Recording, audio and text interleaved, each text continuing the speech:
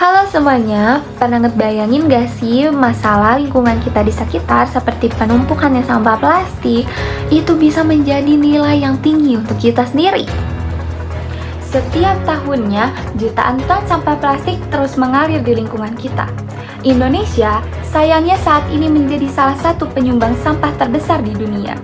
Namun, di balik semua krisis bencana alam ini, ada sebuah krisis ekonomi yang sedang terjadi.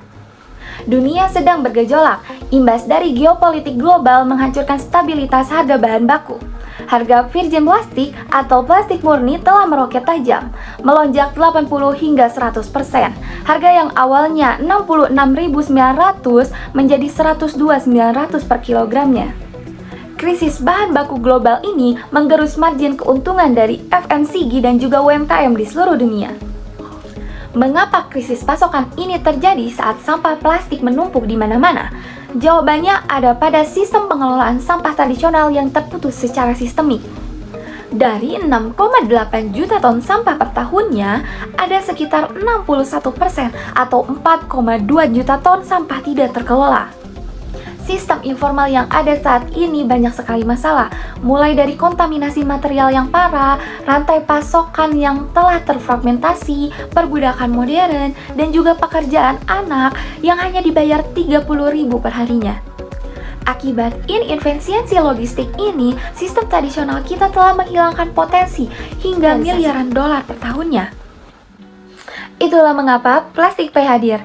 Mereka berani menjamin 100% bahwa kualitas yang mereka gunakan telah terstandarisasi dan juga tidak terkontaminasi sama sekali, dan pastinya diamankan lewat aset digital.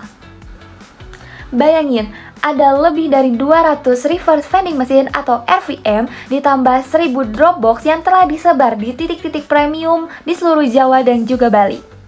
Dan tahu nggak sih apa rahasianya? Mereka membangun semua mesinnya secara in-house.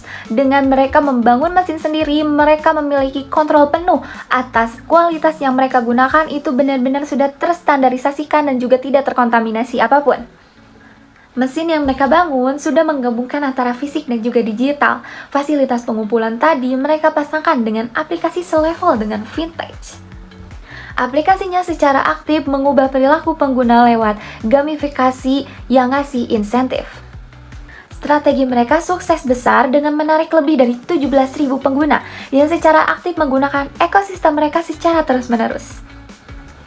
Penggunaan aplikasinya cukup mudah. Kalian cukup download aplikasinya, lalu kumpulkan botol yang telah kalian gunakan, lalu kalian buka aplikasi. Di sana terdapat fitur di mana kita dapat melihat RVM atau reverse vending machine terdekat dengan kita. Kita dapat men-scan QR code yang terdapat pada mesin, lalu masukkan botol yang telah kita gunakan, dan bam, kalian akan mendapatkan poin secara instan. Dan ngomongin soal poin, satu botol yang kalian masukkan ke dalam mesin itu setara dengan 56 perak, di mana 56 perak ini dapat langsung kalian cairkan menjadi saldo e-wallet kalian. Proses mereka dari hulu ke hilir ini benar-benar efisiensinya cukup tinggi. Pada bagian hulu, Plastik Pay mengambil material langsung dari konsumen. Artinya apa? Artinya mereka memotong proses perantara dan juga pengambilan material murni 100%. Lalu masuk ke dalam proses manufaktur, di mana mereka langsung menyalurkan material murni itu ke off-taker internal mereka, yaitu InnoCycle atau Innov, di mana Innov ini memegang 50% pasang pasar, di mana mereka memproses 33.600 ton per tahunnya, dan mereka berhasil membuat laba bersih 48,33 miliar dolar pada tahun 2024. Terus di hilirnya, material-material tadi diolah menjadi penjualan B2B dan juga barang-barang upcycle premium. Sinergi closed loop dari hulu ke hilir ini membentuk efisiensi operasional yang sulit ditiru oleh kompetitor lainnya. Karena kompetitor lainnya menggunakan sistem penjemputan sampah yang harus terpaksa membakar duit untuk biaya kurir logistik. Coba deh kalian perhatiin konsep flywheel dari pendapatan ini, benar-benar membuktikan satu hal yang krusial.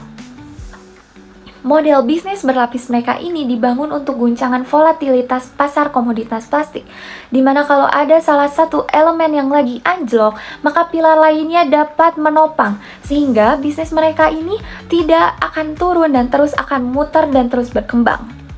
Rekam jejak operasional mereka benar-benar mind-blowing. Lebih dari 2 juta botol PET berhasil mereka selamatkan dan berhasil dimasukkan ke dalam sistem digital. Dari situ aja, mereka berhasil mengumpulkan 110 juta ton sampah yang 100% murni tanpa kontaminasi. Dan tahu nggak apa efek dominonya?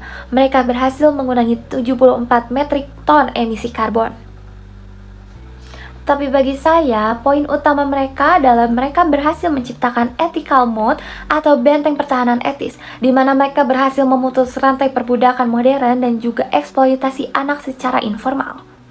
Yang mana itu menjadi standar emas yang sedang dicari para investor ESG di luar sana. Dengan traksi sebesar itu, visi mereka di tahun 2030 bukan hanya jago kandang di Indonesia saja. Mereka ambisius untuk membuka pasar di seluruh Asia Tenggara. Dan yang lebih gila lagi, mereka lagi ngembangin R&D buat sensor khusus biar mereka bisa nembus ke pasar limbah elektronik atau e-waste yang nilainya dapat tembus 1,6 miliar di tahun 2026. Mari ubah krisis ini menjadi nilai ekonomi yang luar biasa. Bergabunglah dengan kami di Plastic Pay.